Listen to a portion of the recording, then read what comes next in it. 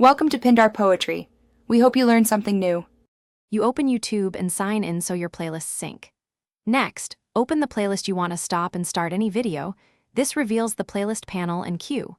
Once the video is playing, tap or click the small queue or playlist icon next to the player. This is where playback options live.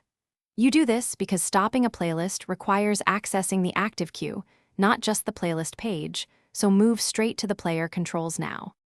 With the queue open, first toggle autoplay off so YouTube won't continue after the current video. This prevents automatic reselection. Then clear the queue by using the menu, 3 dots, and selecting Remove or Clear All. That stops the playlist sequence immediately. On mobile, swipe left on items or tap the menu to remove specific videos. This gives you fine control. You do both steps because autoplay alone may resume, and clearing the queue ensures playback halts. Finally, pause the video and close the player tab or exit the app to ensure playback stops. If the playlist restarts later, clear browser cache or app data and repeat clearing the queue. Cache settings can re-enable autoplay.